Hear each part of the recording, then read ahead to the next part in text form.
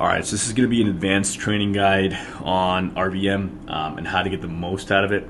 We're going to go through message creation, creating that template, and also really what to expect and just some advanced strategies to get the most out of RVM. So let's get right into it.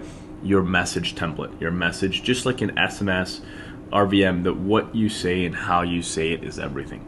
So you really want to spend some time on crafting the message perfectly, knowing up front what you're going to say. So the parts and key ingredients of a good message are going to be that it is short and to the point, it is clear, and it asks a clear question, right? So for example, let's say you're in real estate and you want to purchase a property. What you could do is you could say, hey, I was just reaching out. I wasn't sure if this was your property or not, and if it is, I'd be really interested to speak to you about it. I have some interest.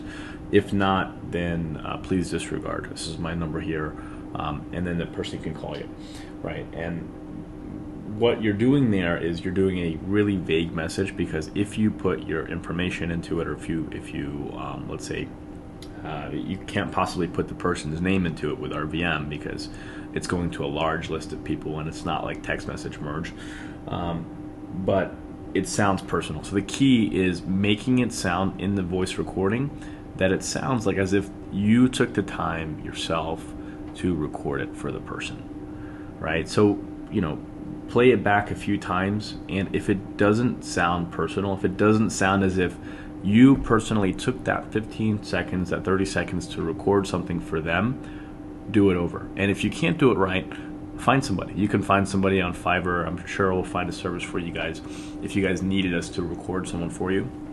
But do it right. And also, do some testing, different voices, maybe your voice or a friend's voice, or a male voice, a female voice.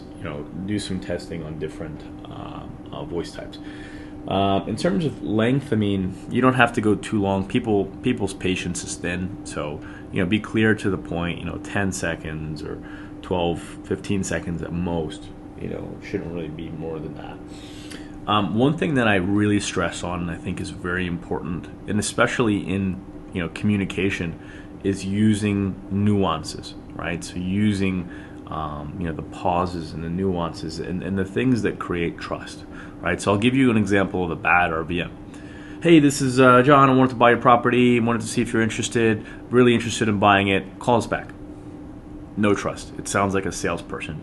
But if somebody uses pauses, somebody's using nuances, somebody's really building that trust, and they use the vocal tones associated with trust, that person's more than likely going to get a call back. Well, at least the chances are a lot more increased. So just really use that, and try to come off empathetic. Try to be somebody that somebody wants to call back.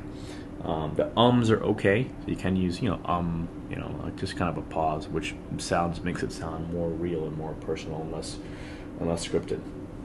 And also at the end of the message, what you'll notice I did is I said, if you're not interested, don't call me back, or just ignore the message.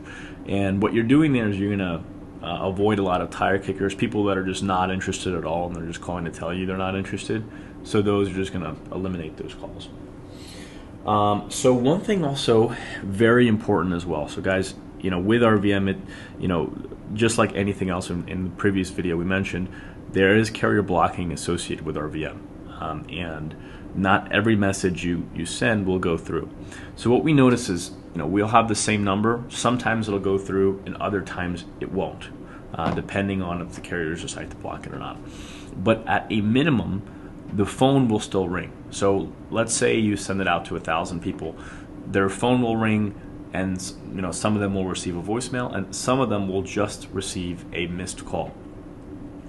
And what a lot of people do not realize is those people that receive the missed call are still great leads, because they're going to call you back, right? So you called them, you have a missed call, and they're like, who just called me?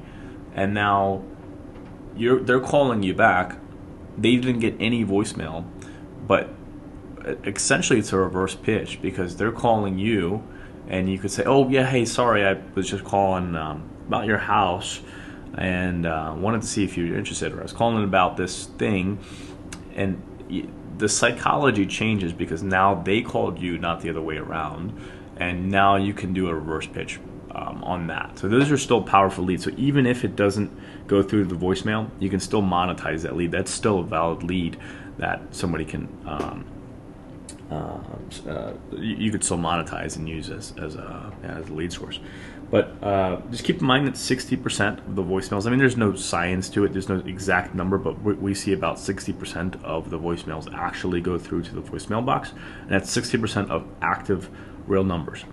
That's landlines and mobile, so both landline and mobile will deliver to the recipient, so that's no problem. But yeah, just keep in mind. And then also, just I know I mentioned in the previous training video, but even if it says delivered, know that 60% of those actually hit the voicemail box. 100% of them should receive a missed call, but 60% of those received a voicemail in their voicemail box. So some other quick tips that I would recommend is, if you get a call back, and just like with SMS, act quickly. Don't wait, a day to respond back to your leads, or a few days. If leads are there, you want to be on top of them right away. So you want to be the solution provider. You want to meet with the person. So take advantage of those leads right away. And then also just keep in mind that the messages, when they come back, they're going to come back to your cell phone. They're going to come back to your CallRail number. So when you set it up, set up here this phone setup screen. Here you're going to set up the number that's going to receive the text. So if they do decide to text you, it'll come back to this number here, right? Or we recommend CallRail, Google Voice. Any of those providers will be just fine. And we're working on a way to get this to your SMS account in SC, but for now it will send to that number. And then also just remember to just be prepared to let them know where you got their information, and then also how you found them. But the best way, what we find, is you try to switch the topic to what you're trying to do and what service you're trying to provide. That'll just be prepared for that and to make that transition. So if you follow those steps, you'll be successful. But really comes down to the biggest one that I recommend is the template that you use, the voice that you use. So play that back again and again. Make sure it's right before sending out our VMs. And yeah, so that's really the basic tips here in a quick 8-minute video. Hopefully you enjoyed it. If you did, give it a thumbs up. We'd love to get your feedback, and we, as always, hope you are successful. Take care.